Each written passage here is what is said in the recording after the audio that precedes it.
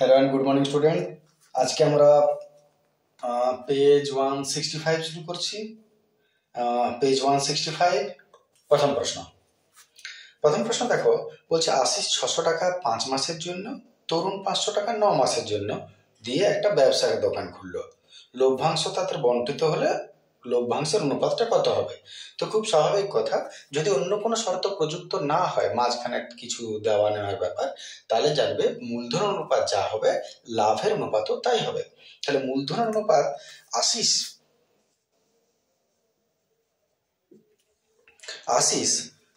600 টাকা 5 মাসের জন্য, আর তরুণ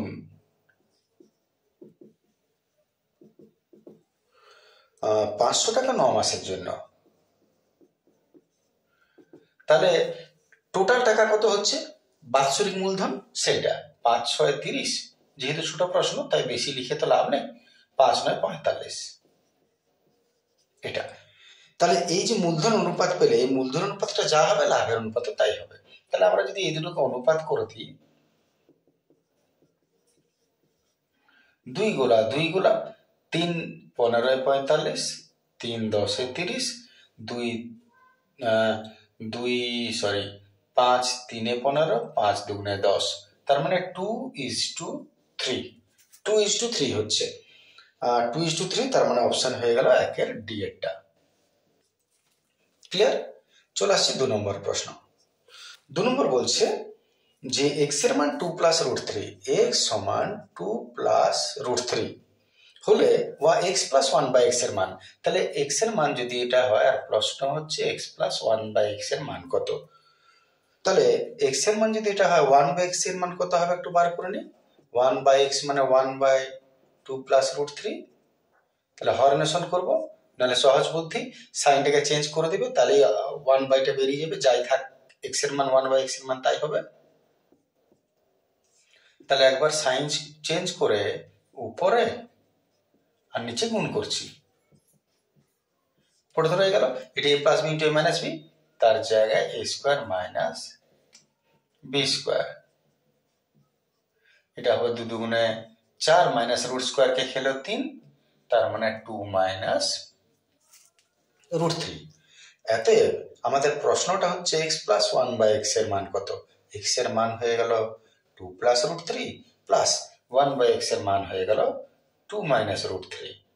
কত হচ্ছে দেখো, এটা গেল 2 আর 2 4। তার মানে অপশন হলো গিয়ে তোমার সি। নিশ্চয় বুঝতে পারছো, সহজ প্রশ্ন। 3 নম্বর বলছে অর্ধবৃত্তস্থ অপেক্ষা বৃহত্তর বৃত্তাংশস্থ কোণ সূক্ষ্মকোণ, সমকোণ, সরলকোণ, স্থূলকোণ। একটু বুঝিয়ে নে ব্যাপারটা। অর্ধবৃত্তাংশস্থ অপেক্ষা, এটা মনে করো একটা বৃত্ত, এর একদম মাঝখানটা হলো অর্ধবৃত্ত। অর্ধবৃত্তাংশ কোণ কাকে বলে? এইখান থেকে মনে করো এইটা অর্ধেক, এইটা কত হয় 90 ডিগ্রি, এটা 90 ডিগ্রি। তাহলে এই যে বৃত্তাংশ, এই যে বৃত্তচাপটা, এর এই কোণটা হচ্ছে 90 ডিগ্রি। অর্ধবৃত্ত যদি হয় তাহলে এটা 90 ডিগ্রি হতে বাধ্য। এবারে তোমার কি বলছে, অর্ধবৃত্ত হচ্ছে বৃহত্তর বৃত্তাংশ। এই যে এইখান থেকে এতটা, এর চেয়ে আর একটু বড়, মনে করো এতটা নিলে, বৃত্তচাপটা এতটা নিলে, তাহলে বৃত্তচাপটা বড় হলো। তাহলে যখন বৃত্তচাপটা বড় হয়ে যাচ্ছে, তখন ওই কোণটা ছোট না বড় হচ্ছে, তুমি লক্ষ্য করো। তাহলে এইবারে তুমি এইখান থেকে নিয়ে গিয়ে এই পয়েন্টটা মিলাবে, আর এইখান থেকে নিয়ে গিয়ে এই পয়েন্টটা মিলাবে।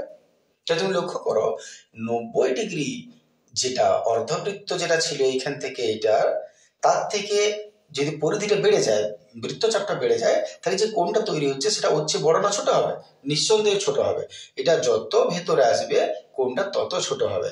এটা যদি বৃত্তচাপটা কমে যেত, মনে করো এইখান থেকে এতটা, অর্ধবৃত্ত থেকে যদি বৃত্তচাপটা এইখান থেকে এতটা হতো, তাহলে যে কোণটা পেতে সেটা এর থেকে বড় হতো। আশা করি বুঝতে পারছো কি বলছি। তাহলে বৃত্তচাপ যদি বেড়ে যায়, তাহলে যে বৃত্তাংশস্থ কোণ সেটা 90 ডিগ্রির থেকে অটোমেটিক্যালি ছোট হয়ে যাবে। তাহলে অপশনটা হচ্ছে এটা সূক্ষ্মকোণ। অপশনটা ভুল দিয়েছি বইয়ে, আমি দেখলাম, এটা হবে তোমার বি এর যেটা সূক্ষ্মকোণ, এর অপশনটা হবে সূক্ষ্মকোণ। আর অন্যরকম ভাবেও প্রমাণ করা যায়, কিন্তু সেটা দরকার নেই, আমি ছবির মাধ্যমে প্রমাণ করে দিলাম। এটা হচ্ছে সূক্ষ্মকোণ। চলে আসছে পরের প্রশ্ন।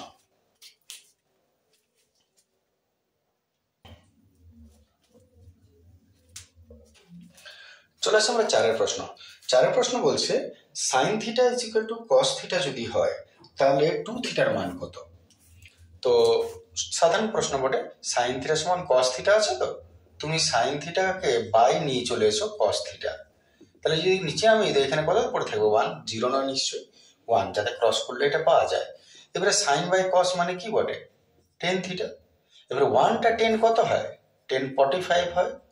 10 10 চলে গেল, পড়ে রইল থিটা সমান 45। এবারে থিটা যদি 45 পেয়ে গেলে এতে 2 থিটার মান 2 ইন্টু 45, 45 দুগুণে 90 ডিগ্রি, বাস জল হয়ে গেল পুরো। কত? Option A. চলে এসে পঞ্চমান। পাঁচের প্রশ্ন বলছে একটি শঙ্কুর ভূমির ব্যাসার্ধের দৈর্ঘ্য এবং উচ্চতা, একটি শঙ্কুর ভূমির ব্যাসার্ধ, দৈর্ঘ্য এবং উচ্চতা প্রত্যেকটা যদি দ্বিগুণ করে দাও তাহলে শঙ্কুর আয়তন হয় পূর্বের আয়তনের কত গুণ?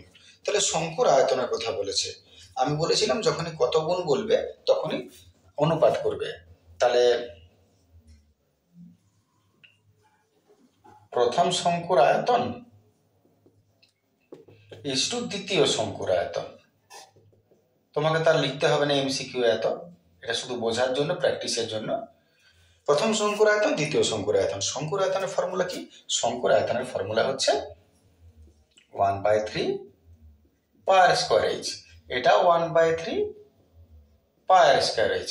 এবার এটাকে 1 1 দিয়ে দাও, এটাকে 2 2। এবারে দেখো কে কোনটা কত গুণ বাড়ছে কমছে। ভাষাটা আমি আরেকবার পড়ছি। একটা শঙ্কুর ভূমির ব্যাসার্ধের দৈর্ঘ্য, তার মানে ব্যাসার্ধ, এবং উচ্চতা প্রত্যেকটা দ্বিগুণ করে দিলে আয়তন পূর্বের আয়তনে কত হবে? দুটোকেই দ্বিগুণ করে দাও।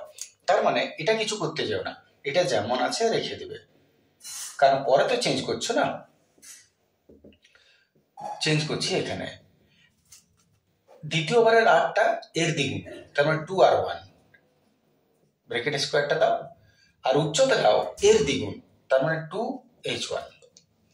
তাহলে 1/3টা আগে কেটে দাও, এখানে রইল r1 স্কোয়ার ইন্টু h1, আর এখানে 2 দুগুণে 4, r1 স্কোয়ার ইন্টু 2h1। এবারে দেখো r1 স্কোয়ার এটা গেল, এটা গেল, এখানে রইল 1 কিছু না, আর এখানে 4 দুগুণে 8 রইল। তার প্রথমেরটা যদি 1 হয়, পরেরটা হচ্ছে 8, ক গুণ বৃদ্ধি পেল? উত্তর হচ্ছে 8 গুণ বৃদ্ধি পেল। উত্তরটা হচ্ছে 8 গুণ বৃদ্ধি পেল। তার মানে কত নম্বর অপশনে যাচ্ছে তুমি দেখে নাও। অপশন হচ্ছে সি, অপশন সি। চলে আসছে 6 প্রশ্ন। আচ্ছা 6 ভাষাটা লিখে নিই আমি।